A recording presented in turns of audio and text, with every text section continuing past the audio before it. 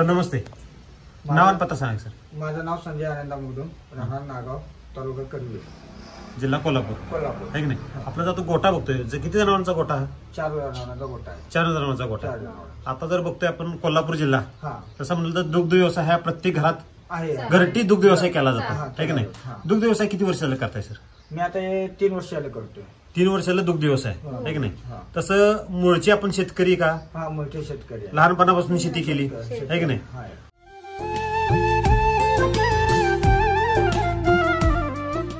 सुरुवातीला काय समस्या यायच्या, म्हणजे काय? मी ज्या टायमाला सुरुवातीला जनावरांच्या ह्याच्यामध्ये झालो, माझी 2 जनावर खराब झाले. खराब म्हणजे काय झाले सर? खराब म्हणजे अंग बाहेर येणे किंवा हे होणे, गाब न जाणे, फॅट न लागणे. आता गायींचं पण फॅट 5 वर आले.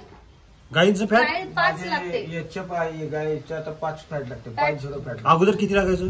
3-2 मध्ये 29, 28 रुपये दर बसायचा. आता लास्ट दर बसते 36 रुपये दर लागते. म्हणजे साहेब 3 फॅट कुठं आणि 5 फॅट कुठं? मला 5 झिरो लागते. 5 झिरो लागते. डेअरीत पण म्हणतात तुमची इतके दिवस जनावर येऊन झाले तरी पण तुमचं दूध असं काय आहे, म्हणजे घट्ट किंवा म्हणजे जादा देणं असं काय, म्हणजे दूध आहे तसं आहे, त्यांचं कमजोर नाही किंवा म्हणजे कमी जास्त होत नाही. म्हणजे गाभण गेल्यानंतर तसं शेवटच्या टप्प्यात तसं दूध कमी यायला पाहिजे, तसं कमी येत नाही. बर, व्यवस्थित आता हे रेडी गाब जाणार नाही म्हणून ही गाब गेली.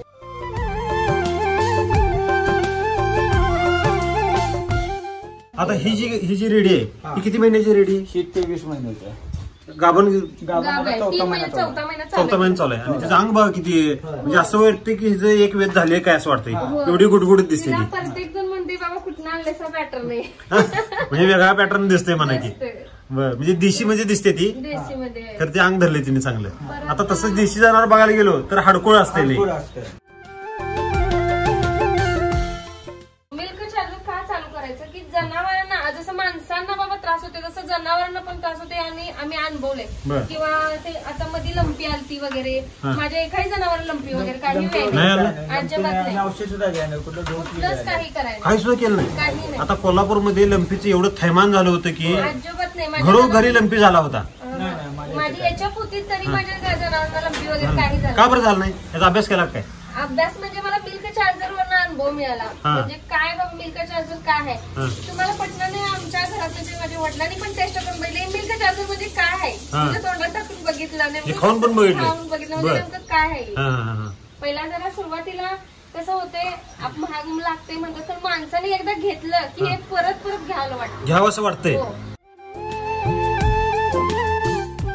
आपण सुरुवात कशी केली आणि काय रिझल्ट आला जरा सविस्तर सांग. मी 1-1 किलो पासून चालू केलं. 1-1 किलो पासून चालू केल्यानंतर मला रिझल्ट मिळाल्यानंतर मी बकेटच घ्यायला. बरं, 1 किलो जेव्हा आणलं तेव्हा कधी आणलं होतं हे? 2 वर्षापूर्वी 1 किलो आणलं होतं. त्यानंतर मी बकेटच. सुरुवातीला काय समस्या होती? की फॅट न लागणे, जनावर न गाब जाणे. म्हणजे एका जनावरला माझ्या घरचं होतं, त्याचं अंग बाहेर आलं. त्यानंतर आम्हाला मिल्क चार्जरचं काय माहित नव्हतं. जर माहित असतं तर मी तिला घातलं असतं.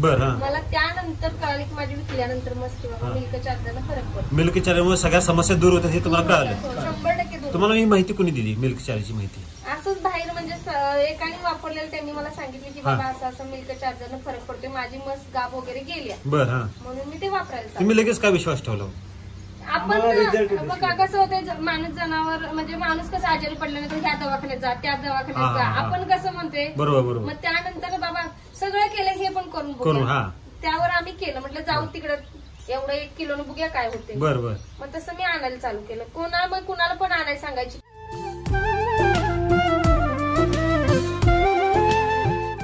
आपल्यापासून जसं बघायला गेलो तर आपल्यापासून जे जिथून मटेरियल तुम्ही आणत होता ते किती किलोमीटरवर होतं? 30 किलोमीटरवरून आपण मिल्क चार्जर आणलं. तरी सुद्धा आता बऱ्यापैकी शेतकरी काय म्हणतात की एवढ्या लांबून खावा आणायचं आणि खावा वापरायचं, ह्याच्यामुळे टाळाटाळ करत. तुम्ही एवढा लांबून सुद्धा आणून आम्हाला त्याचा रिझल्ट मिळाला नाही. दूध घरात म्हणा खायला मुलांना घट्ट, त्याच्यापासून तूप आपल्याला मिळालं. आपले किती परत लोणी वगैरे, आता माझ्या फ्रीज मध्ये सध्या लोणी आहे, तूप आहे. कारण आपल्या मुलांना आपण बाहेर विकत आणण्यापेक्षा, कारण आता भेसळ दूध भरपूर मिळायला लागले, त्याच्यापेक्षा आयुर्वेदिक मिळू दे, आपली मुलं पण वैदिक मिळालं पाहिजे. आता दुधाच्या चवीमध्ये काय बदल झाले? घट्ट झाले आणि प्यायला पण छान वाटते. गोडी लागते. गोडी लागते. अगोदर दूध कसं असायचं? पातळ एकदम एवढं टेस्ट लागत नव्हती. टेस्ट लागत नव्हती. आणि शाई तरी यायची का मॅडम? नाही आता 2 वेळा सांगते तुम्ही, 2 वेळा शाई येते.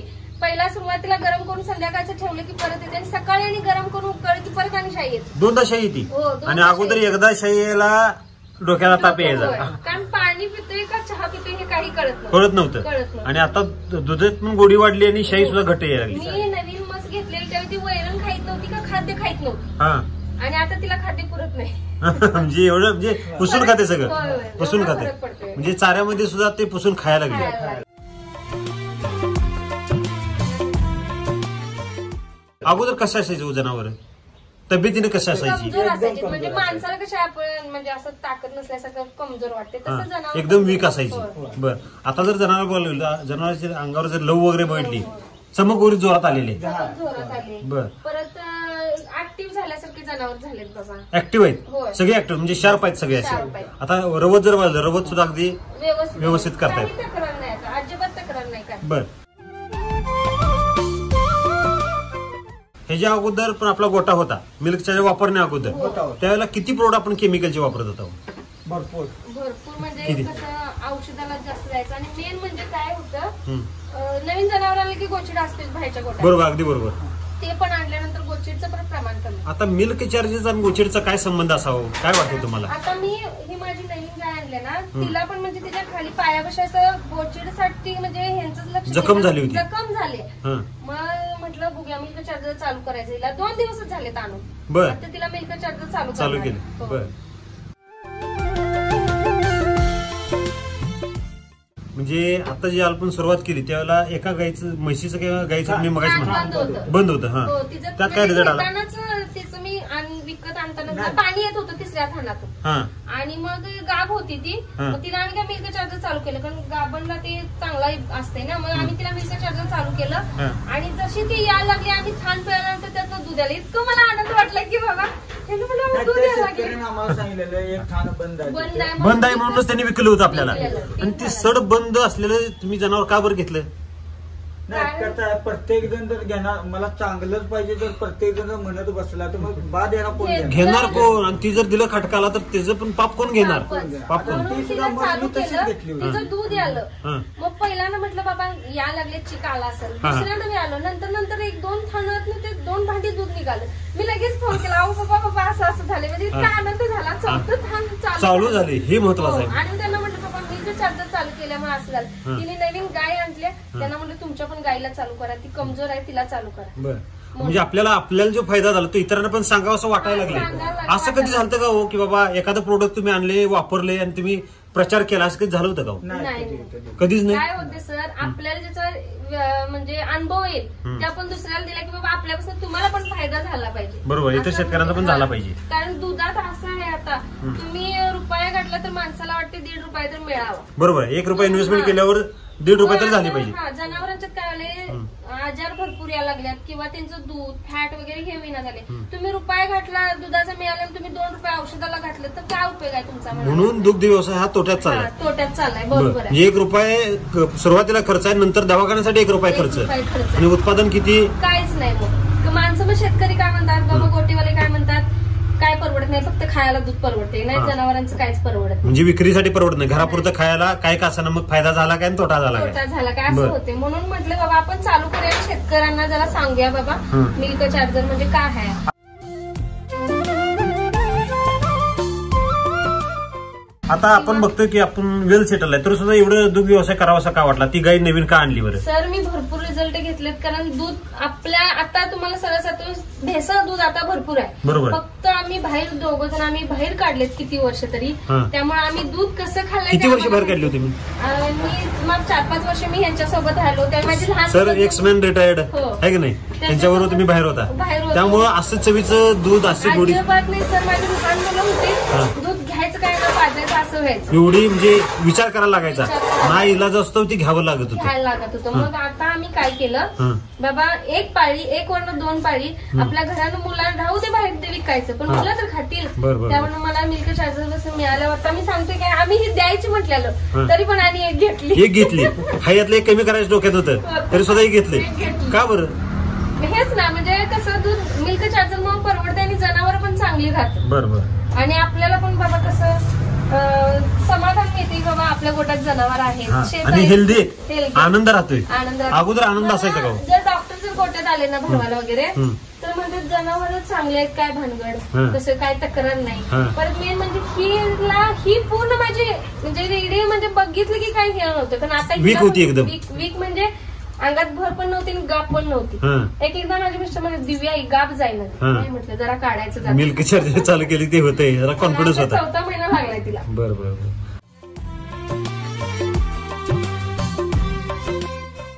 अगोदर ज्या समस्या आहे त्यावर डॉक्टरवर किती खर्च व्हायचा दवाखान्यासाठी? त्याचं काय माप नाही.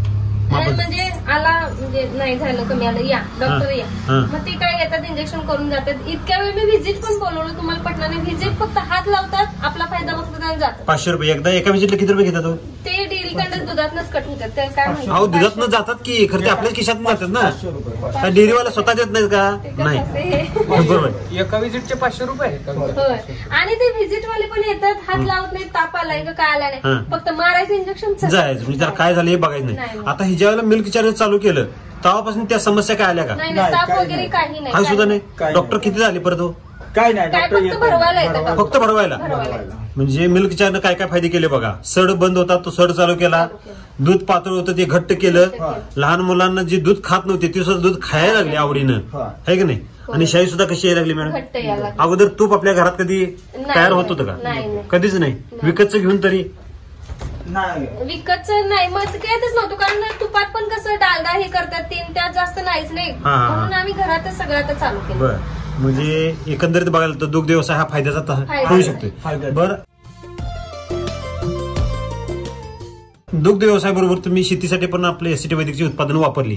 काय वापरली आणि काय रिझल्ट आला? कृषी अमृत वापरलं ना तण येत नाही आणि म्हणजे माती अशी भुसभुशीत राहते. जमीन असं भुसभुशीत होती. बर आता अगोदर ज्याला आपण जर केमिकल शेती केली तर जमीन भुसभुशीत होती का कडक होती? कडक असते आणि म्हणजे पाण्याचा निचरा वगैरे म्हणजे आपण ज्यावेळी कृषामृत चालू करतो ना त्यावेळी तण पण येत नाही आणि जमीन पण चांगली होते पीक पण चांगलं राहतं. आता हे कृषी अमृत हे पिकाचं अन्न आहे आणि केमिकल हे तणाचं अन्न आहे की नाही. म्हणजे आपण वैदिक वापरलं तर हे पिकाचं अन्न आहे. म्हणजे उत्पादनामध्ये काय बदल झाला वगैरे काय असं? उत्पादनाला बदल झाला. काय बदल झाला सर? म्हणजे आम्हाला बऱ्यापैकी रिझल्ट आला. म्हणजे गव्हाचं जे आहे त्याची उंची किंवा त्याचं जे लोंबी पण मोठी निघाली, जास्त वाढ झाली. आणि चवीमध्ये वगैरे काय बदल? चवीमध्ये म्हणजे आपण विकत जे गहू घेतोय ना पांढरे तसेच आहेत. बरं टपोर आहेत अगदी मोठे. टपोर. तुम्ही ह्या एसटी वैदिकडे ज्यावेळेला वळाल त्यावेळेला असं तुम्हाला कधी वाटलं नाही का बाबा हे नवीन टेक्नॉलॉजी आहे कशी वापरावी? नाही आपण एकदा जो पण करत नाही तो पण आपल्याला विश्वास पटत नाही. माणसांना माझं काय सांगणार पहिला करा आणि मग विश्वास ठेवा. बरं पहिले इस्तेमाल करे फिर विश्वास. होय पहिला सुरुवात केल्याशिवाय कसं? बरोबर. आता आपण डॉक्टरकडे गेलो तर गोळी खायच्या आधी आपल्याला इफेक्ट पडते का? तसंच आहे. बरोबर. जोपर्यंत आपण करत नाही तोपर्यंत विश्वास ठेवू शकत नाही. बरेच शेतकरी म्हणतात की मिल्क चार्जर हे महागड आहे. त्यांना तुम्ही काय संदेश द्याल? माझं काय मत आहे आता ह्याच्यामुळे दूध पण व्यवस्थित येते. तुमचं फॅट मध्ये तुम्हाला फायदा मिळते. फॅट वाढते. बरं हे काय केमिकल नाहीये हे आयुर्वेदिक आहे सगळं. बरोबर. म्हणून मी काय म्हणते तुम्हाला म्हणजे लिटर मागे आपल्याला फरक पडतोय पैशाचा तसे दुधाला पण व्यवस्थित येते. दुधामध्ये किती वाढ झाली? 1 लिटरचा फरक पडला. 1 लिटर दुधाचे पैसे किती झाले? 36 रुपये झाले. 36 रुपये झाले. मिल्क चार्जर किती देतो आपण? आणि मेन म्हणजे फॅट मध्ये फरक पडते. फॅटला पण आपण कसं फॅट 3 वर लागते 2 वर लागते. माझ्या गायींचं फॅट 3 लागते. बरं 5 लागते. 5 फॅट लागते. 5 फॅटचा आणि 3 फॅटच्या जर दराचा फरक जर पाहिला तर कितीचा फरक आहे? 29-30 रुपये दर बसतो. 29 रुपये धरू आपण. 28 पण नको 30 पण 29 कुठे आणि आता दर किती लागतोय? 36 रुपये. म्हणजे किती रुपये वाढले? 6 रुपये. 7 ते 7 रुपये वाढले. किती लिटर दूध आहे टोटल?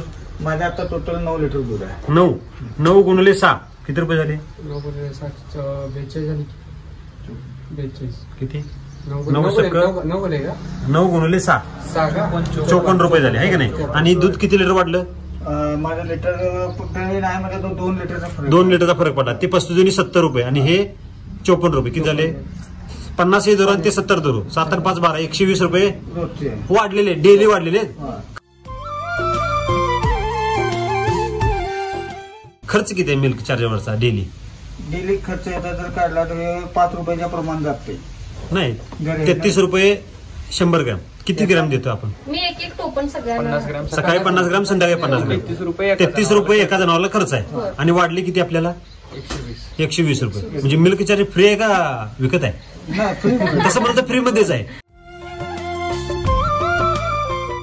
मी शेतकऱ्यांना काय सांगवले, जनावर भरपूर तोट्यात चालल्यात. कारण गाभण जाईनात मेन म्हणजे बरोबर. आपला चारा एक विकत आणायला लागते गोटवाल्यांना. हा. म्हणून मी म्हणतो मिल्क चार्जर वापरा, बघा तुम्हाला ह्यात फायदा पडेल. आता तसा चारा आपला स्वतःचा वैयक्तिक आहे का विकतचा आहे सगळा? हो, वैयक्तिक. शेतातले. बरं, बऱ्यापैकी शेतकरी आता बघतात की दुग्ध व्यवसायात त्रस्त झालेत. भरपूर दुग्ध व्यवसायापासून आता दूर चाललेत सगळेजण. जसा ज्या पटीत दर वाढायला पाहिजे त्या पटीत दर वाढत नाही. त्यामुळे दुग्ध व्यवसाय कमी होते. तर त्यांना तुम्ही काय संदेश द्याल? संदेश म्हटलं तर ह्याच्यामध्ये हेच आहे, तर बाकी 10 प्रोडक्ट करण्यापेक्षा कुठला तर एकच वापरा. त्याच्यावरती जर रिझल्ट मिळत असेल तर मग दुग्ध व्यवसाय दुसरं वापरायची काही गरज पण नाही. 100% रिझल्ट असल्यावर खाद्य जे बाकीचे खाद्य इतर जे वाढवत आहे ते ह्याच्यामध्ये निघून जाते. बरं, ते जर कमी केले तर चालतंय. आता आपण अनालिसिस केली की मिल्क चार्ज फ्री मध्ये मिळते, वर्ण बोनस पण मिळतोय आणि बाकीच्या ज्या समस्या आहेत सगळ्या दूर होत आहेत.